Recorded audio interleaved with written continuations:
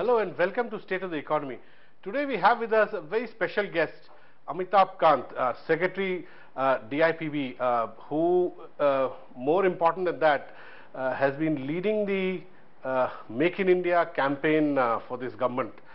As you know, Make in India is a single biggest reform item on the Modi government's agenda.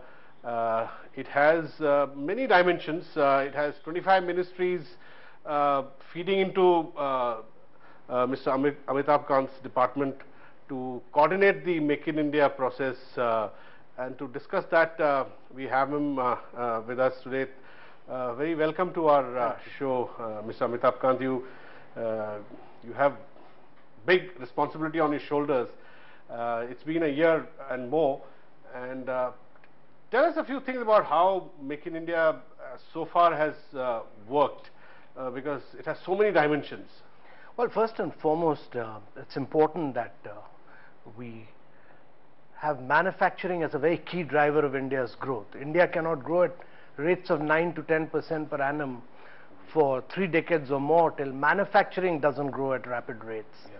All countries in the world have grown on the back of manufacturing, and therefore if jobs have to be created, then manufacturing has to be a key driver.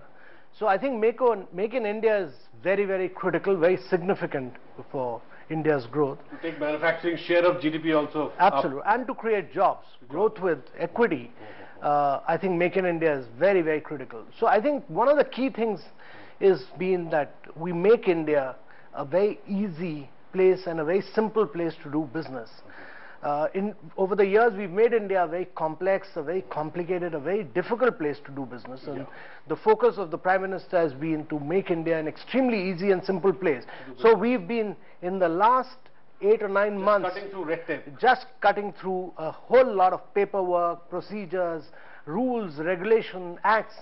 And we've ruthlessly been at it, not merely in the central government, but in the state government also. So in the central government, we've created an e-biz platform where we have one single paper, one single point of clearance, one single point of payment, so that, there is complete ease of doing business. We've been able to put 14 services together. We intend to put 26 in all.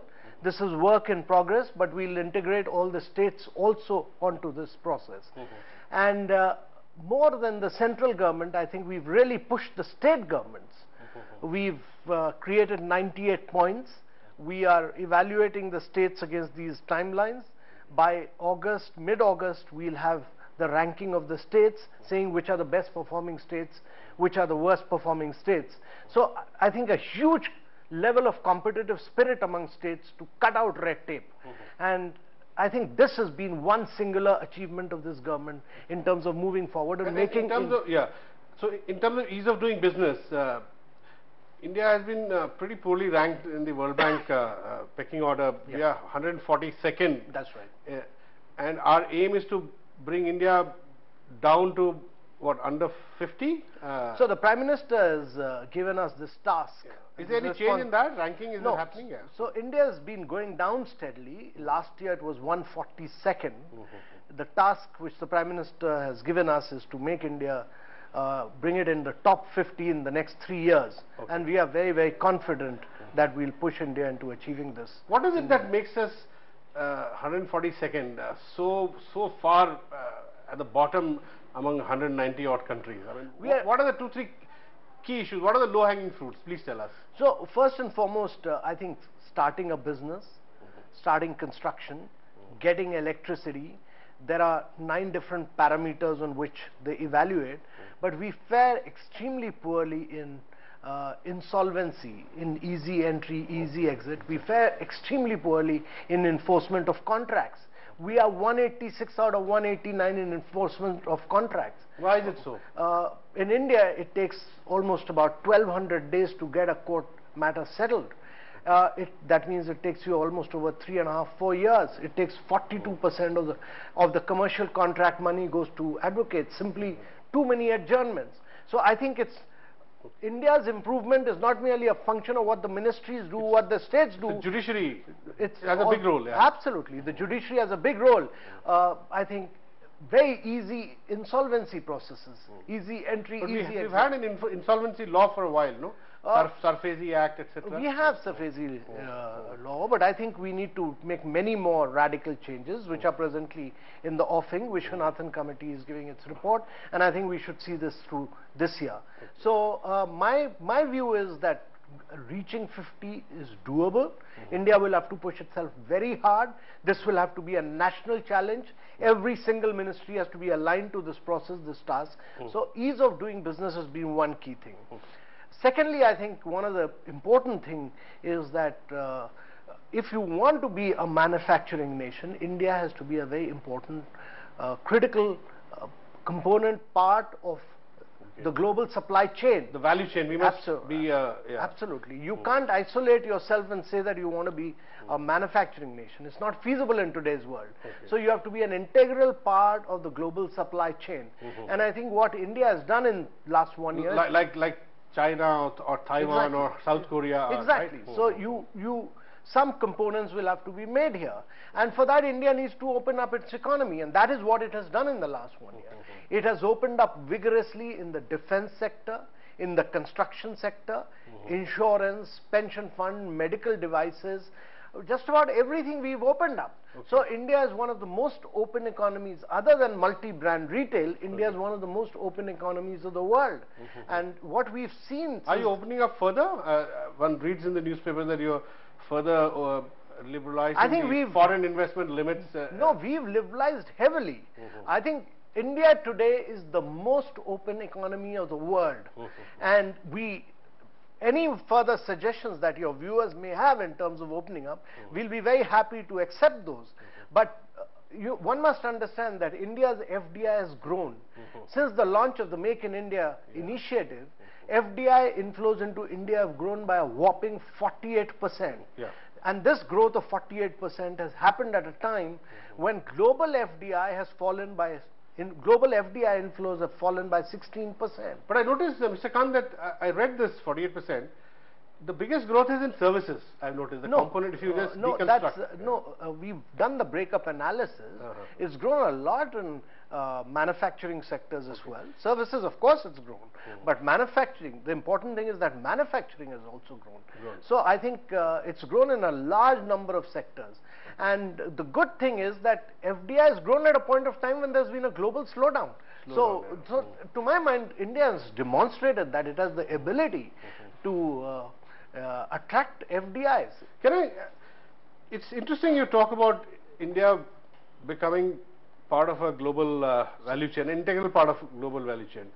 Now, in this regard, recently ICRIER, a think tank, had done a study, and it was done by Dr. Anwarul Hoda, a former Special Secretary in the Commerce Ministry and India's Deputy Director General at WTO. And his study showed, Mr. Kant, that India is not part of the global value chain because of its high local tax regime, number one, and number two, bad infrastructure. From the time that goods land at Indian ports and they reach the factory to value add and then further to be shipped out for exports, he says that an equivalent of 7% of import duty gets added to the cost because of bad roads, bad turnaround time at the ports. Now, are you addressing these problems? I mean, because these are very critical to costs, and global guys don't come until these costs are taken care of. And in that context, GST is very important because our local taxes are among the highest in the world. So how are you looking at these problems? I think these are very valid points that have been made. I think the important thing is that the logistic costs in India are amongst the highest in the world. And they are the highest in the world because, one, there is deficient infrastructure. So we need to add infrastructure. And there's anything which India needs to do is to just do infrastructure, infrastructure, infrastructure. And we need to focus on implementation in a very big way on infrastructure. And the tax regime? I'll come to that. But let me just focus on infrastructure.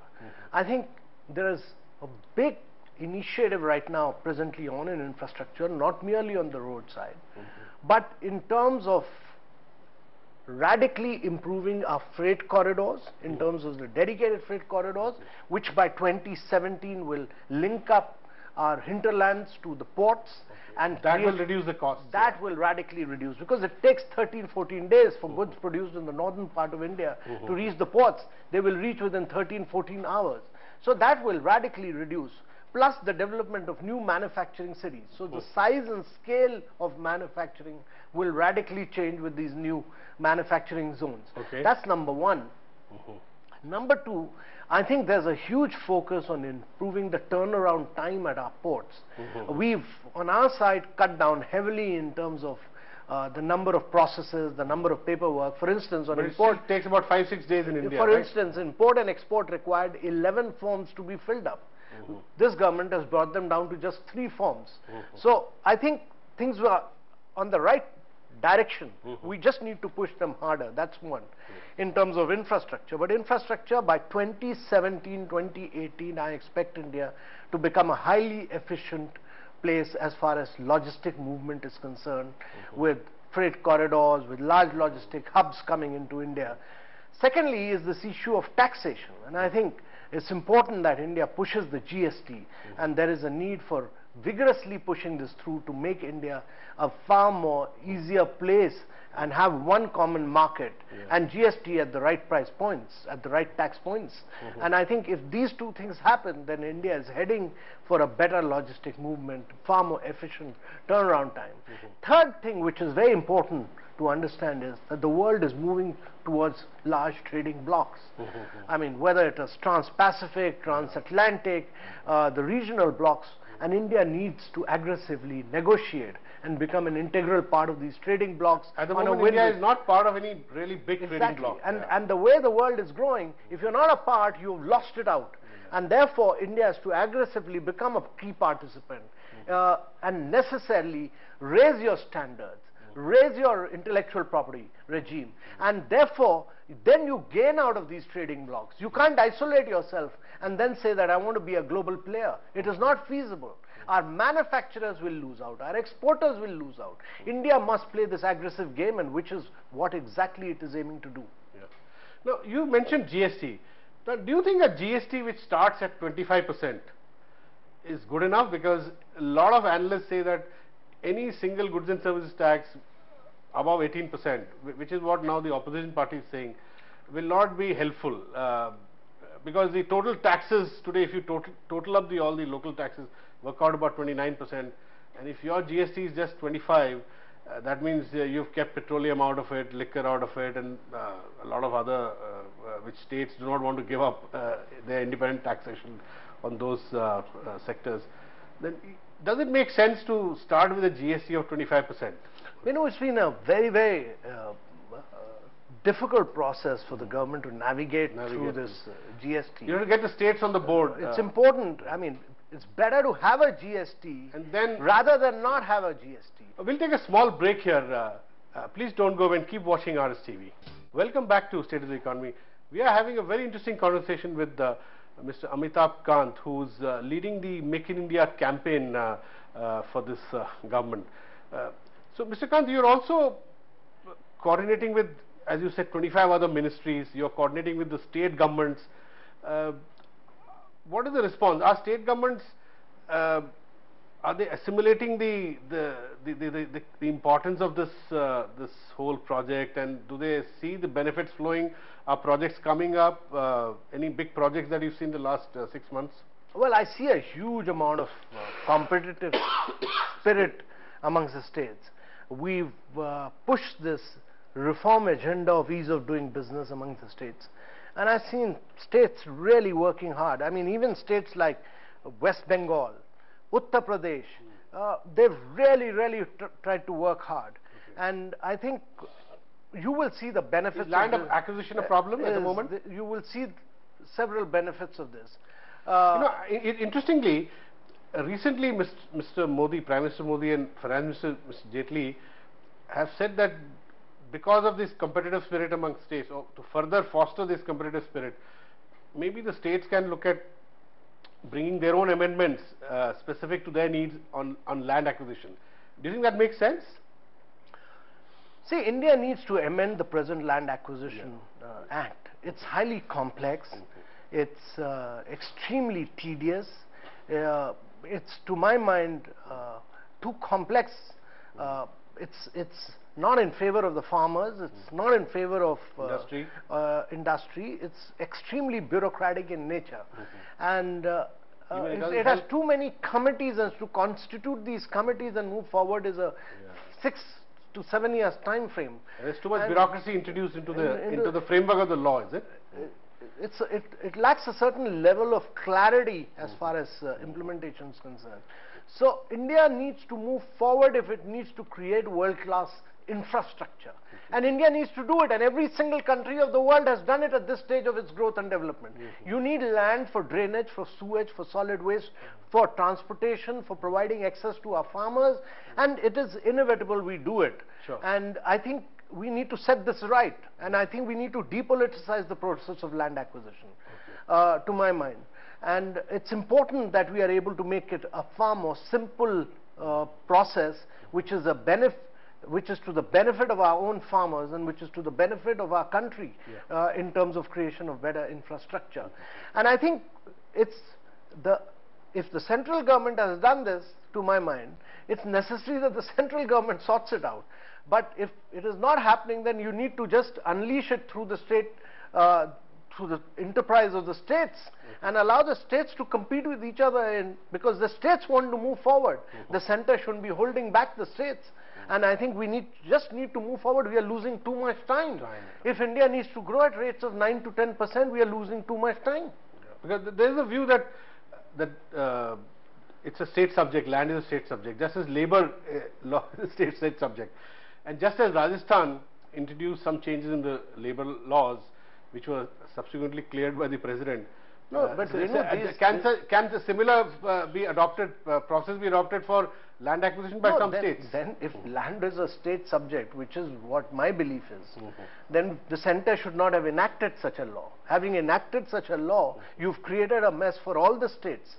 Now, you need to set it right. If you're not able to set it right, then you allow the states to move forward. But I think we need to quickly do it so that trunk infrastructure can move forward. Trunk infrastructure move forward. We need to get the drainage. I mean, you can't build a country without drainage, without sewage. How can you build a country without highways? Sure. How can you build a country without freight in this corridor? context, let me come back to, I had interviewed you earlier on Rajya Sabha TV when you were heading the Delhi-Mumbai Industrial Corridor project, and that's a kind of infrastructure project cutting through states. And as you said, that will actually reduce the cost of doing business in terms of your goods landing at the ports and then being transported to the factories and then transported back after value add to for export. Is that coming up on time? Is that keeping its deadline? The Delhi Mumbai. No, fortunately, the freight corridor land had been acquired, so the during your time, during the earlier government. So the dedicated freight corridor will be there by 2018 beginning. Both the Delhi Mumbai freight corridor and the Chennai and the Amritsar Calcutta freight corridor. The 5 new cities for which land has been provided for by the state governments, those are coming up right now. So you'll have 5 new cities on the back of the Delhi-Mumbai corridor. But we are also doing the Chennai-Bangalore corridor. We are doing the Bangalore-Mumbai corridor. We are doing the Chennai-Vizag corridor. So these are the big infrastructure projects. These are large infrastructure projects, and we are facing huge amount of issues as far as getting the land is concerned. The state governments are finding it impossible to move forward. We have created bottlenecks for the states. I mean, states are not able to move forward. You've just tied up the hands of the state governments. So therefore, it's very critical that the state governments are allowed to amend laws to suit their requirements. Absolutely. The states want to move forward. The states want to grow at high rates. And if the Indian states grow at 10 to 11%, India grows. Tell me, now coming back to foreign investment issues, because Make in India also has a huge foreign investment component, especially in defense and high-tech areas, where there may not be very high employment level, but then those technology is very important. Now, IPR has been a big issue. When Obama was here, American corporations, both Prime Minister Modi and Obama met Indian and American CEOs, and this was one of the big sticking points. And as you said, if India wants to go globalize, it will have to follow certain practices which are in sync with global practices. So, are we looking at reviewing our IPR practices, or what is the stage at which the IPR reforms are at present? First of all, Venu, let me clarify that India is totally TRIPS compliant. Yeah, okay. Indian laws are totally TRIPS compliant. That is true, yeah. Indian law, yeah. Yeah, totally TRIPS compliant. And we are also proud of some of the provisions that India introduced, which developing countries in general are benefiting from, especially on pharma. Yeah, exactly. So India, first of all, is extremely proud of its record in the intellectual property field. Then why are the Americans complaining all the time then? No. So we have a provision of 3D which the American pharma companies do not like. Some pharma companies do not like. And the important thing important thing to understand is that the growth of Indian generic industry, generic pharma industry, has been largely a huge success stories across the world. Yeah, I mean, Indian generic pharma. It's the Indian generic pharma industry has penetrated global markets and has been able to supply medicine as cutting-edge prices. It has enabled medicine to reach people below the poverty line. Supported by the Indian law and the global Indian law, absolutely. And one must understand that we are in a very vibrant democracy. If we are not able to provide medicine at the right price points, it will be very difficult for the government to survive. And therefore, to provide medicine at the right price point is a very critical component and a commitment of this government. Now, when we talk, we are great believers in intellectual property. We aggressively believe in respecting this. There's been only one case of compulsory licensing in India that went right up to the Supreme Court. And we won the case. Now, we've convinced all the American pharma companies that they must understand the Indian democracy and that they must invest. And I'm very happy to tell you that in the last few years, they've come around and that India is actually evolved as a great R&D destination. You know, in the last 4 to 5 years, India has seen about 10,000 companies getting into R&D in India. Hyderabad and Bangalore have become some of the greatest places for R&D. They are employing close to about 500,000 Indians in Hyderabad and Bangalore. And today, India is a center for research and development. For R&D has moved out of the head offices of the multinational corporations and relocated itself in India today. So there's going to be no change in the compulsory licensing procedure as provided in the Indian laws, right? Then what are the IPR other issues that they are talking about?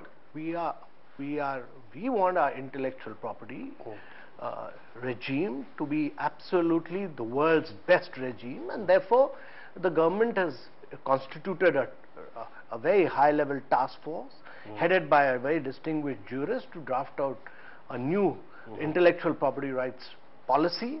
That draft is ready. We've circulated it to different ministries. After the comments are received, we'll take it to the cabinet, and India will have a IPR policy for the first time. Oh, for the first time? And it will encompass everything? All aspects. All aspects? All aspects of intellectual including other technologies? Absolutely. Etc.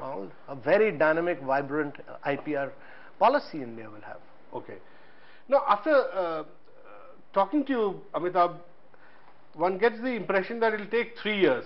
You said 2017, the industrial corridor will happen by 2017. Then you said ease of doing business will also take about 2 to 3 years to bring India down to from 142nd rank to below 50.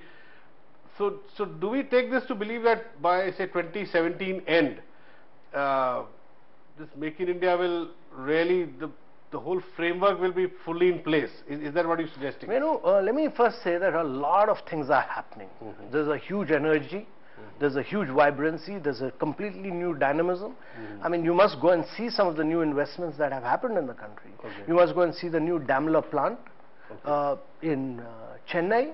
You must go and see the new facility of the General Electric, which is one of the world's best manufacturing facility in Pune. You must go and see the JCB plant in Rajasthan. These are all great manufacturing plants. You must go and see some of the unique manufacturing which is taking place in aerospace and defense manufacturing.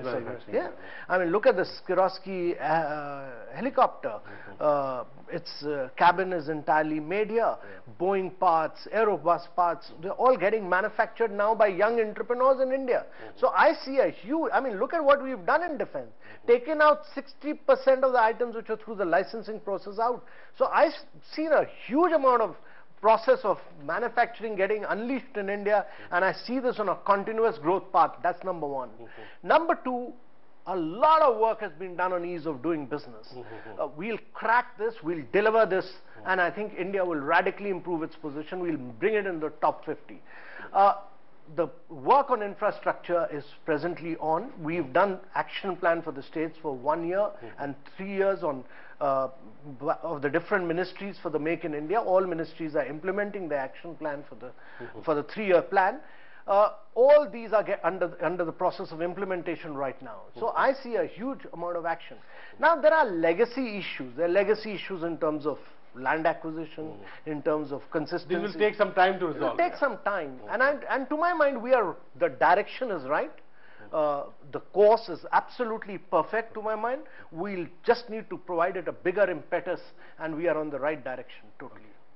All the very best on all these initiatives of yours. To my mind, we need to be absolutely optimistic about growth. India is an oasis of growth in the midst of a very barren economic landscape. We are growing at 7.5%. Sure. Our FDI is growing by 48%. It's unheard of. There's no room, no space for any pessimism at all. Okay. Yeah, so all the very best for all your initiatives. That's all we have in this edition of State of the Economy. We'll be back with you next week. Thanks for watching.